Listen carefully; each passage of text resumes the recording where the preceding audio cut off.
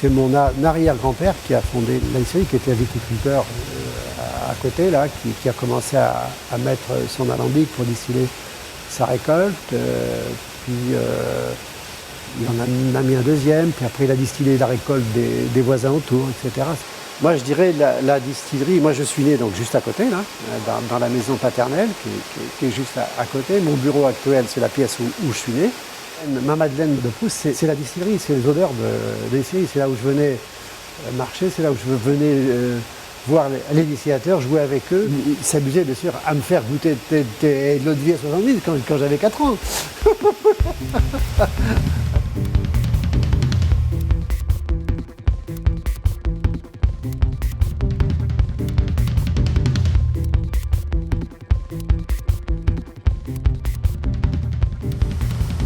On déguste naturellement la production de la journée, hein. Ce qui a été produit hier, qui était isolé, hein. Ça c'est la production des bonnes chauffes d'hier, qui sont mis dans une cuve à part. On regarde si c'est conforme. D'une part, les vins chaque jour sont un peu différents. On distille, on met 3 jours pour distiller une cuve de vin, donc pendant 3 jours, on a à peu près les mêmes types d'eau de vie. Après, quand on change de cuve, on perçoit qu'on a un petit peu des types différents, naturellement. Parce qu'ici, c'est la cuisine d'un restaurant, hein. Parce qu'ici, on ne fait que transformer, concentrer, si vous voulez, un produit. Mais la base, c'est quand même le vin. Donc ça, c'est quand même intéressant de voir, justement, d'essayer de faire le lien entre la vigne et ça. C'est comme ça qu'on guide notre jugement et l'expérience.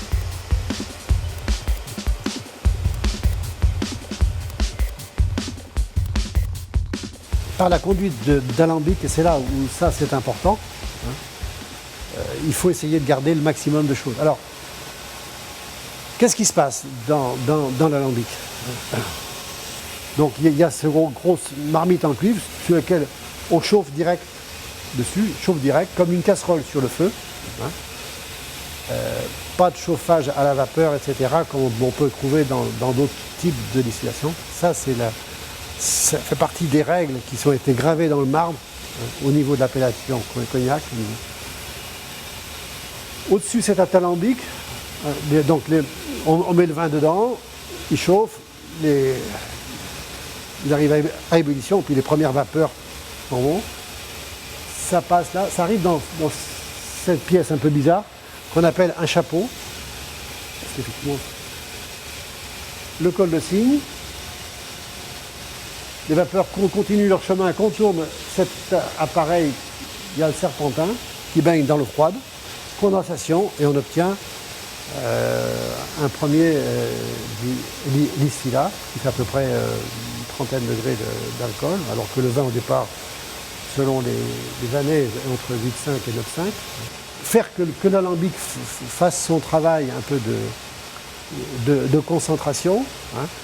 Bon, bien sûr, éliminer les têtes et les fins de chauffe, les têtes, parce que c'est des composés volatiles normales, voilà, qui ne sont pas très agréables.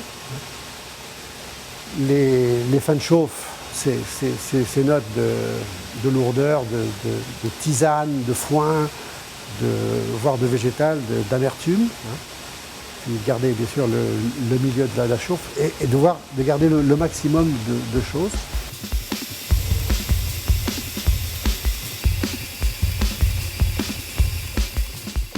Plus on a un vin qui est bon, plus je laisse passer de choses. Et donc plus j'ai une eau de vie qui a du corps, qui a du fruit, etc. Il faut imaginer, il faut avoir un petit peu le recul qui permet de voir ce que peuvent donner, ce que les eaux de vie nouvelles peuvent donner au bout de quelques années de vieillissement. Tout dépend du style d'eau de vie que l'on veut donner à ces produits. Je dirais le plus sur le fruit possible et le plus, entre guillemets, naturel possible. C'est-à-dire Voilà, des cognacs qui ne sont pas trop mis dans des fûts trop neufs pour justement garder au départ les caractéristiques de la matière première, le fruit du raisin, hein, et les arômes de fermentation que l'on a dans le vin. Plus on va aller vite dans la conduite de la chauffe, moins on va trier, moins on va recycler, hein, et plus on va avoir de choses qui vont passer. Notre vie est un peu plus ronde, mais il ne faut pas que ça devienne grossier. Plus on va aller lentement à distiller, plus on va trier, plus on va recycler, mais on risque d'avoir aussi peut-être après des eaux de vie qui sont un peu neutres, voire un peu sèches.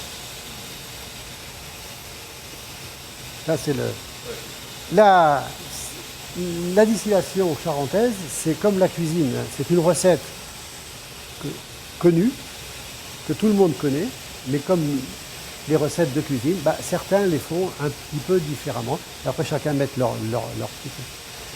Ça, tout dépend. Il faut être cohérent par rapport à la démarche que l'on fait.